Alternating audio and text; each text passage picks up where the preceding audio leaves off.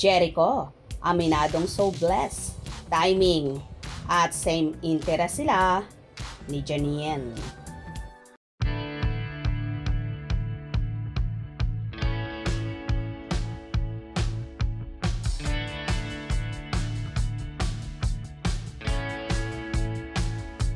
Todo nga ang naging pasasalamat ng hunk actor at kapamilya star na si Jericho Rosales nang dumating sa buhay niya ang multi-awarded at talented actress na si Janine Gutierrez.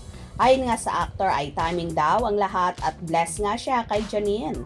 Kung saan natanong kasi ng reporter at anchor ng ABS-CBN na si MJ Felipe ang dalawa kung so close nga ba ang dalawa. Kung saan matagal pa ngang nagtitigan ang Ekonin. Para bang may tinatago or sadya lamang kilig-kilig sina Eko at Nini.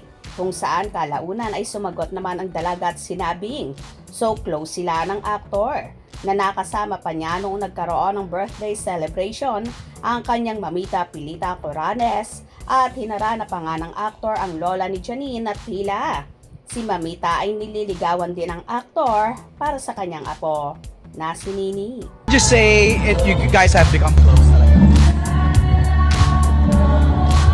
Close naman. Close naman, yeah. Timing lahat eh, so it's a good time to feel this way and experience everything that's happening right now. Feel really like blessed. It's just nice because we have the same interests. Mukha namang approve kay mamita Pilita Corrales si Eko para sa apong si Janine.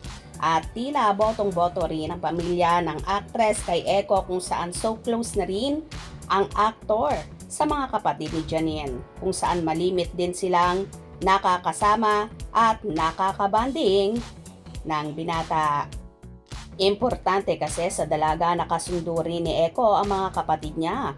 Ganon din ang pamilya niya para daw walang hassle pagdating ng panahon. So, nakikita na nga ba ni Janine sa katauhan ni Jericho na siya na ang gawa ng dalaga at posibleng makatuluyan niya sa hinaharap.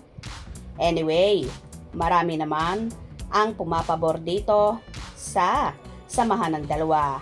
Kahit nga ang asawa ng lolo ni Janine na si Eddie Gutierrez, ang misis nitong si Tita Annabel Rama, ay botong-boto kay Eko bukod daw kasi sa super bait nito at maalaga kay Janine, ay mukha daw namang napakaseryoso ng aktor kaya approve siya dito.